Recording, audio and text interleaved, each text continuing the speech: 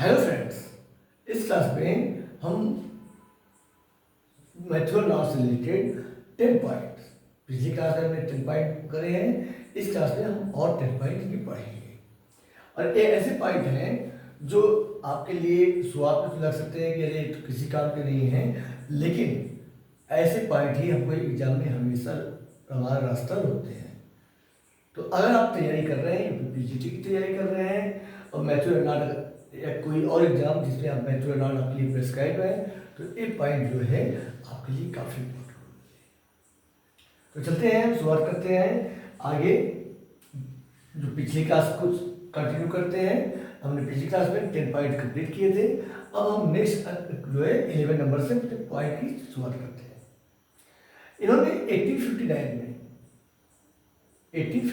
में इन्होंने एक यूरोप का टूर किया था। देखिए, हमने आपको बताया था पिछली क्लास में कि 1883 और 1886 में मैथ्यू नॉट ने अमेरिका का टूर किया था। और अमेरिका इसलिए जाते थे क्योंकि अमेरिका में इनकी डॉक्टर की शादी हुई थी। और इन्होंने 1859 में इन्होंने यूरोप का भी टूर किया। किसका टूर किया है?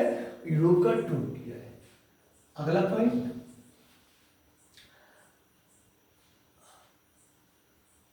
AC Benson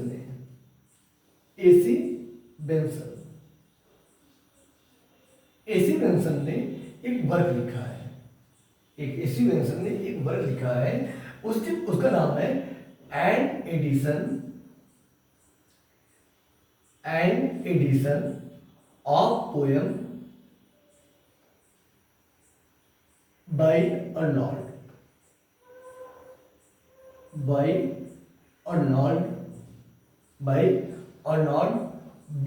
with an introduction.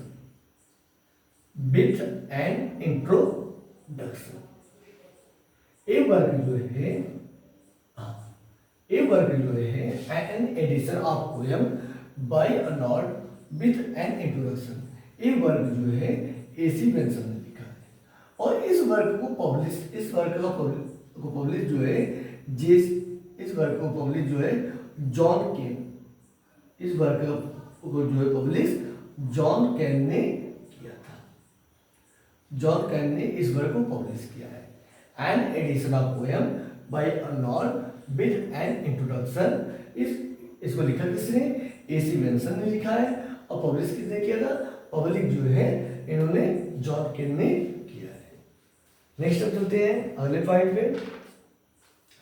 अगला पॉइंट ये है कि इन्होंने 30 नंबर का पॉइंट कि इन्होंने जो इनका ऐसे है ऐसे इन क्रिटिसिज्म,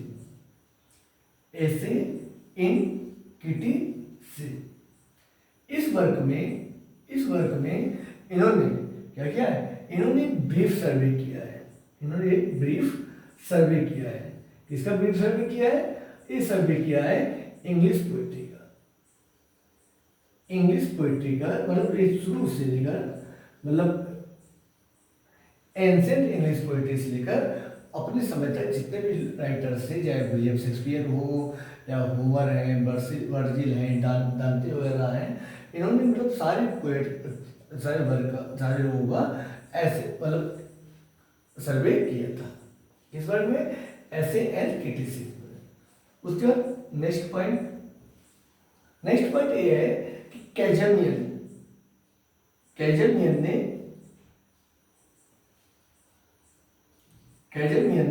इनके बारे में लिखा है कि Arnold's outlook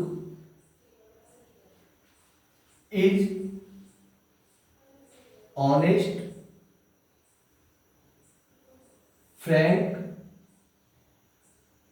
Arnold's outlook is honest, frank, and often penetrating.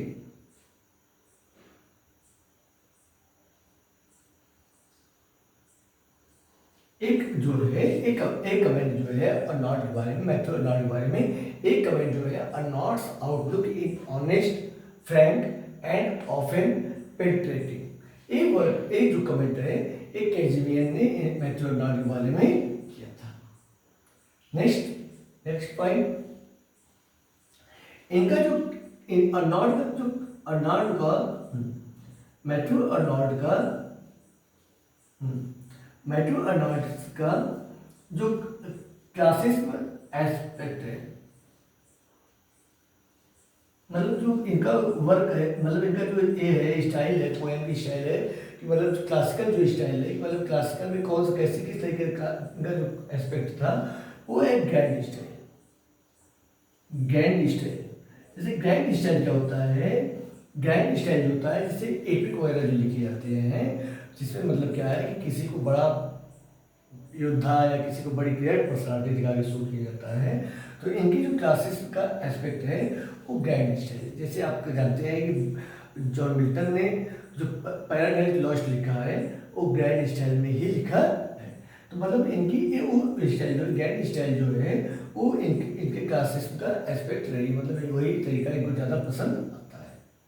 Next अगला पॉइंट हमारा, इन सारे पॉइंटों को अगर आप ध्यान से पढ़ लेंगे तो ये पॉइंट आपके लिए आपकी तैयारी में काफ़ी चार चांद लगा देंगे, आपकी तैयारी जो है काफ़ी हद तक आपकी कंप्लीट हो जाएगी। अगला नेक्स्ट पॉइंट में चल रहे हैं,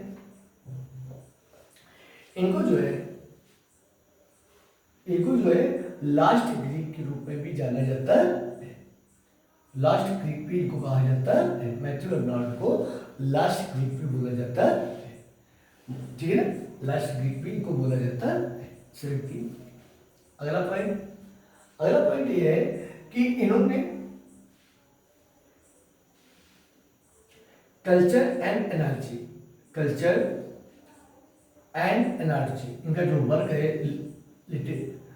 क्रिटिकल वर्क जो है एनर्जी, जिसमें जो है बारबेरियन, पॉपुलर्स, हेलेनिज्म, ये सारे टर्म दिए इन्होंने इस वर्क में। कल्चर एंड एनर्जी के चैप्टर 4 में इन्होंने हेब्रिज्म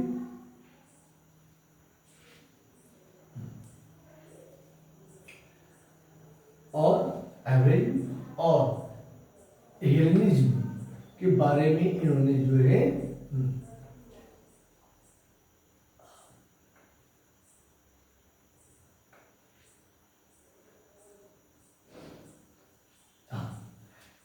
कल्चर एंड एनर्जी के चैप्टर 4 में हेब्रिज्म और हेलेनिज्म इसके बारे में जो है इन्होंने बात की है, ठीक है। नेक्स्ट 18 नंबर पॉइंट, अगला पॉइंट हमारा ये है कि ऑक्सफोर्ड प्राइज भी मिला था, ऑक्सफोर्ड प्राइज भी को मिला था।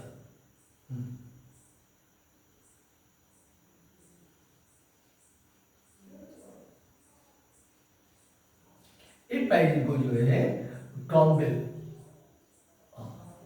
क्रॉमवेल वर्क के लिए दिया गया था। ये वर्क जो है क्रॉमवेल वर्क के लिए इनको एक प्राइज दिया गया था, ऑक्सफोर्ड प्राइज। इसको ऑक्सफोर्ड प्राइज को कभी कभार न्यूडिकेट प्राइज भी कहा जाता है। इसको क्या कहा जाता है, इसको न्यूडिकेट प्राइज भी कहा जाता है। इन्होंने जो का एक वर्क लिखा था एसेंट क्रिटिसिज्म, जिसमें इन्होंने सर्वे किया है, प्रोज का पूरे इंग्लिश पोएट्री का सर्वे किया है। उसमें भी उन्होंने ड्राइडन को और पोप को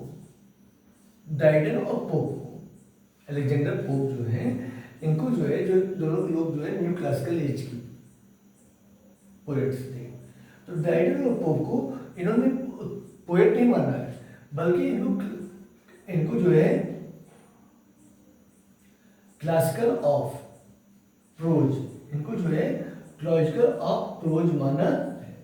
मतलब इनको जो है पोएट्री का नहीं माना कि पोएट्री बहुत एकदम बढ़िया आइकॉन है, नहीं, इनको प्रोज का माना है कि हाँ अगर इन लोगों का जो प्रोज स्टाइल है वो बहुत बढ़िया स्टाइल है मैथ्यू अर्नाल्ड के हिसाब से। नेक्स्ट इस क्लास का हमारा लास्ट पॉइंट, इस क्लास का लास्ट पॉइंट ये है कि इन्होंने मेमोरियल वर्क, जो मेमोरियल वर्क है इनका, मेमोरियल जो कि 1850 में आता है, मेमोरियल बर्ड्स। इस वर्क में जो है इन्होंने गेथे और वायरन, उसके बाद विलियम वर्ड्सवर्थ, इनके बारे में इन्होंने बात की है यहाँ से।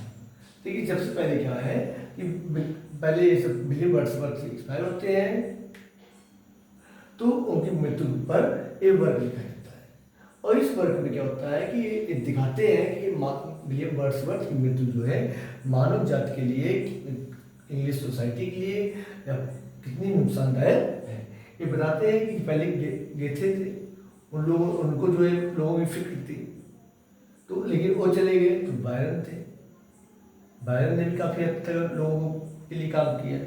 और अब तो विलियम वर्ड्सवर्थ थे, तो विलियम वर्ड्सवर्थ जब जैसे माँ का आंचल होता है कि माँ का आंचल जो होता है हर मुसीबत से दूर कर लेता है, सारी टेंशन से दूर कर लेता है। तो उसी तरह विलियम वर्ड्सवर्थ को इन्होंने माना है कि विलियम वर्ड्सवर्थ जब तक थे तब तक हम जो है जब भी कहीं पर किसी टेंशन में रहते थे तो विलियम वर्ड्सवर्थ के वर्क को पढ़कर अपनी टेंशन को भूल जाते थे। लेकिन कह रहे हैं कि अब बताइए अब क्या होगा। तो वर्ड्सवर्थ भी चले गए हैं, लास्ट लोग थे, अब हम लोगों को उससे कौन बचाएगा, ठीक है ना। तो इस तरह जो है ये work specially for William Wordsworth है। देखिए इसमें जो इन्होंने जिक्र किया है, पहले गेथे के बारे में किया है, फिर बायरन के बारे में, फिर विलियम वर्ड्सवर्थ के बारे में जिक्र किया है। तो उम्मीद है ये क्लास आपको काफ़ी पसंद आई होगी और नेक्स्ट क्लास में हम जो है नेक्स्ट 10 पॉइंट हम देखेंगे, ठीक है। अगर आपको ये क्लास अच्छी लगी हो तो प्लीज़ आप उस क्लास को जरूर देखिएगा।